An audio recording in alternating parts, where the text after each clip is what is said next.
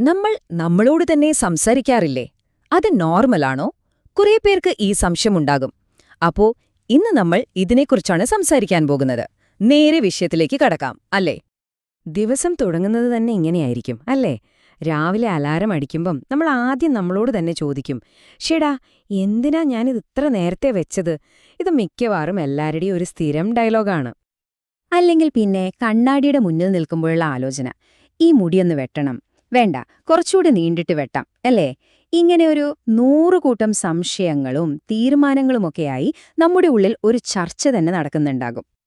ഇനി വേറൊരു സിറ്റുവേഷൻ, എങ്ങോട്ടെങ്കിലും പോകാൻ നേരം താക്കോല് കാണാനില്ല. അപ്പൊ പിന്നെ നമ്മളെ തന്നെ കുറ്റം പറയും, എന്റമ്മോ, എന്നെക്കൊണ്ട് ഒന്നിനും കൊള്ളില്ലല്ലോ. ആ ഒരു ദേഷ്യവും നിരാശയും ഒക്കെ നമുക്കെല്ലാവർക്കും അറിയാവുന്നതാണ്. പക്ഷേ ഇതിലെ ഏറ്റവും വലിയ കോമഡി എന്താണെന്നറിയോ? നമ്മളിങ്ങനെ ഒറ്റയ്ക്ക് സംസാരിച്ചുകൊണ്ടിരിക്കുമ്പോൾ ആരെങ്കിലും പെട്ടെന്ന് കേറി വരുന്നത്. ഹോ, ആ ഒരു ചമ്മലുണ്ടല്ലോ, ഓർത്തു നോക്കിക്കേ. അപ്പോ ഇന്ന് നമ്മൾ നോക്കാൻ പോകുന്നത് 5 കാര്യങ്ങളാണ്. 1, ഇങ്ങനെ നമ്മളോട് തന്നെ സംസാരിക്കുമ്പോൾ പിടിക്കപ്പെട്ടാൽ എന്ത് സംഭവിക്കും? 2, എന്താണീ ഉള്ളിലെ ശബ്ദം? 3, ഇതുകൊണ്ട് വല്ല ഗുണവുമുണ്ടോ? 4, ഇനി വല്ല ദോഷങ്ങളുമുണ്ടോ? പിന്നെ അവസാനം, ഈ ഉള്ളിലെ സംഭാഷണങ്ങളെ എങ്ങനെ നമുക്ക് പോസിറ്റീവാക്കി മാറ്റാം?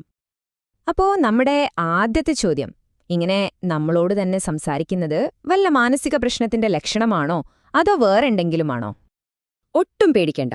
മനഃശാസ്ത്രത്തിലെ ഒരുപാട് ഗവേഷണങ്ങൾ പറയുന്നത് എന്താണെന്ന് വെച്ചാൽ, ഇങ്ങനെ നമ്മളോട് തന്നെ സംസാരിക്കുന്നത് തികച്ചും നോർമലാണ്, കംപ്ലീറ്റ്ലി നോർമൽ. സോ അതിനെപ്പറ്റി ടെൻഷൻ അടിക്കേണ്ട ഒരു കാര്യവുമില്ല.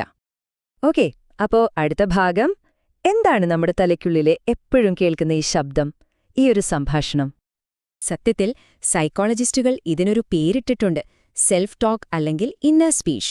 സിമ്പിളായി പറഞ്ഞാൽ, നമ്മുടെ ചിന്തകളെ നമ്മൾ വാക്കുകളാക്കി നമ്മളോട് തന്നെ പറയുന്നതാണിത്.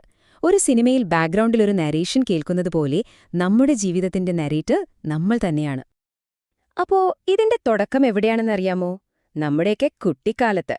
ചെറിയ കുട്ടികൾ കളിക്കുമ്പോഴോ എന്തെങ്കിലും ചെയ്യുമ്പോഴോ ഒക്കെ ഉറക്കെ സംസാരിക്കുന്നത് കേട്ടിട്ടില്ലേ?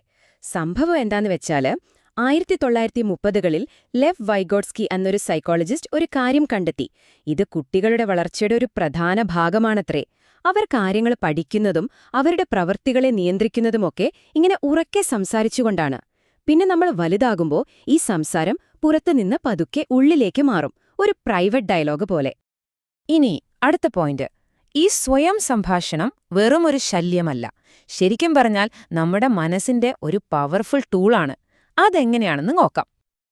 നമ്മൾ നമ്മളോട് പോസിറ്റീവായി സംസാരിക്കുകയാണെങ്കിൽ അതിന്റെ ഗുണങ്ങൾ പലതാണ്. നമ്മുടെ ഫോക്കസ് കൂടും, കോൺഫിഡൻസ് കൂടും, ദിവസേനയുള്ള ചെറിയ ചെറിയ ജോലികൾ പോലും എളുപ്പത്തിൽ തീർക്കാൻ പറ്റും. എന്തിനേറെ പറയുന്നു, നമ്മുടെ ഇമോഷൻസ് വരെ കൺട്രോൾ ചെയ്യാൻ ഇതുകൊണ്ട് സാധിക്കും. ഒരു ഉദാഹരണം പറയാം. കോളേജിലെ ടെന്നീസ് കളിക്കാരിൽ ഒരു പഠനം നടത്തി. അപ്പോൾ അവര് കളിക്കുമ്പോൾ സ്വയം ഇൻസ്ട്രക്ഷൻസ് കൊടുക്കുന്നു. അതായത്, ബോൾ നോക്ക്, ശരിക്കടിക്കണം എന്നൊക്കെ. ഇങ്ങനെ ചെയ്തപ്പോൾ അവരുടെ കോൺസെൻട്രേഷനും ആക്യുറസിയും ഭയങ്കരമായി കൂടിയെന്നാണ് കണ്ടെത്തിയത്. ഇൻട്രസ്റ്റിംഗ് അല്ലേ? ഇനി ഇതിൽ തന്നെ വേറൊരു സൂപ്പർ ടെക്നീക്കുണ്ട്. സാധാരണ നമ്മൾ പറയും, ഞാൻ ഈ പരീക്ഷ പൊളിച്ചെഴുതുമെന്ന്. അതിനു പകരം നിങ്ങളുടെ സ്വന്തം പേര് വിളിച്ചു പറയുക. ഉദാഹരണത്തിന്, കേലബ്, നീ ഈ പരീക്ഷയ്ക്ക് നന്നായി റെഡിയായിട്ടുണ്ട്. നമ്മൾ വേറൊരാളെ ഉപദേശിക്കുന്നതുപോലെ. ഇതിനെയാണ് ഡിസ്റ്റൻസ്ഡ് സെൽഫ് ടോക്ക് എന്ന് പറയുന്നത്. പ്രത്യേകിച്ച് നമുക്ക് നല്ല ടെൻഷനുള്ള സാഹചര്യങ്ങളില്ലേ? ഒരു പ്രസംഗം പറയാൻ പോകുമ്പോഴോ അല്ലെങ്കിൽ ഒരു ഇന്റർവ്യൂവിന് പോകുമ്പോഴോ ഒക്കെ. അങ്ങനെയുള്ള സമയത്ത് ഈ രീതി സ്ട്രെസ് കുറയ്ക്കാൻ ഭയങ്കരമായി ഹെൽപ്പ് ചെയ്യും. കാരണം നമ്മൾ നമ്മളിൽ നിന്നോ ഒരടി മാറി നിന്ന് കാര്യങ്ങളെ നോക്കിക്കാണുന്നത് പോലെയാണിത്. ഇനി നമ്മൾ അടുത്ത ഭാഗത്തേക്ക് കടക്കുകയാണ്. നമ്മൾ പറഞ്ഞു ഇതൊരു ടൂളാണെന്ന്. പക്ഷേ എല്ലാ ടൂളിനെയും പോലെ ഇതിനും 2 വശമുണ്ട്. ഒരു ഇരുതല മൂർച്ചയുള്ള വാള് പോലെ. എപ്പോഴാണ് ഈ സെൽഫ് ടോക്ക് നമുക്ക് തന്നെ ഒരു പാരയാകുന്നത്? നോക്കൂ, നമ്മളെല്ലാവരും നമ്മളെ തന്നെ ഇടയ്ക്ക് കുറ്റം പറയാറുണ്ട്. അതൊക്കെയാണ്. പക്ഷെ ഇത് സ്ഥിരമായി എപ്പോഴും നെഗറ്റീവായി മാറുമ്പോഴാണ് പ്രശ്നം. എപ്പോഴും നമ്മൾ നമ്മളോട് നെഗറ്റീവായി സംസാരിച്ചുകൊണ്ടിരുന്നാൽ അത് ശരിക്കും ടോക്സിക് ആകും. ഇത് എപ്പോഴും ടെൻഷൻ അല്ലെങ്കിൽ ആങ്സൈറ്റി കൂട്ടാനൊരു കാരണമാകും. അതുപോലെ പഴയ കാര്യങ്ങളോർത്ത് വിഷമിച്ചുകൊണ്ടിരുന്നാൽ അത് ഡിപ്രഷൻ പോലുള്ള അവസ്ഥകളെ കൂടുതൽ മോശമാക്കും. അപ്പോൾ നമ്മുടെ അവസാനത്തെയും ഏറ്റവും പ്രധാനപ്പെട്ടതുമായ ഭാഗത്തേക്ക് വരാം. ഈ ഉള്ളിലെ സ്ക്രിപ്റ്റ് നമുക്കെങ്ങനെ മാറ്റി എഴുതാം? ഈ നെഗറ്റീവ് സംഭാഷണങ്ങളെ എങ്ങനെ കൺട്രോൾ ചെയ്യാം? ഇതിനൊരു വഴിയുണ്ട്. കോഗ്നിറ്റീവ് ബിഹേവിയറൽ തെറപ്പി, അല്ലെങ്കിൽ CBT എന്ന് പറയും. CBTയുടെ ഒരു പ്രധാന ആശയം എന്താണെന്ന് വെച്ചാൽ നമ്മുടെ വികാരങ്ങൾ ഉണ്ടാവുന്നത് ചുറ്റുമുള്ള സാഹചര്യങ്ങൾ കൊണ്ടല്ല, മറിച്ച് ആ സാഹചര്യങ്ങളെ നമ്മൾ എങ്ങനെ കാണുന്നു അല്ലെങ്കിൽ അതിനെപ്പറ്റി എന്ത് ചിന്തിക്കുന്നു എന്നതിനെ ആശ്രയിച്ചാണ്. അപ്പോൾ ആ ചിന്തകളെ മാറ്റിയാൽ നമ്മുടെ ഫീലിംഗ്സും മാറും. ഇത് നമുക്ക് തന്നെ ഒന്ന് പരീക്ഷിച്ചു നോക്കാവുന്നതേയുള്ളൂ. 3 സ്റ്റെപ്പുകൾ. സ്റ്റെപ്പ് 1, ആ നെഗറ്റീവ് ചിന്ത വരുമ്പോൾ അതിന് തിരിച്ചറിയുക. ഓക്കേ, ഞാനിപ്പോൾ എന്നെ തന്നെ കുറ്റം പറയുകയാണെന്ന് മനസ്സിലാക്കുക. സ്റ്റെപ്പ് 2, ആ ചിന്തയെ ഒന്ന് ചോദ്യം ചെയ്യുക. ഞാൻ ഈ ചിന്തിക്കുന്നതിൽ എന്തെങ്കിലും സത്യമുണ്ടോ അതോ വെറുതെ തോന്നുന്നതാണോ എന്ന് സ്വയം ചോദിക്കുക. സ്റ്റെപ്പ് 3, ആ നെഗറ്റീവ് ചിന്തയെ മാറ്റിയിട്ട് കുറച്ചും കൂടി റിയലിസ്റ്റിക് ആയ അല്ലെങ്കിൽ കുറച്ചും കൂടി ദയവുള്ളൊരു ചിന്തയെ അവിടെ വെക്കുക. അത്രയുള്ളൂ.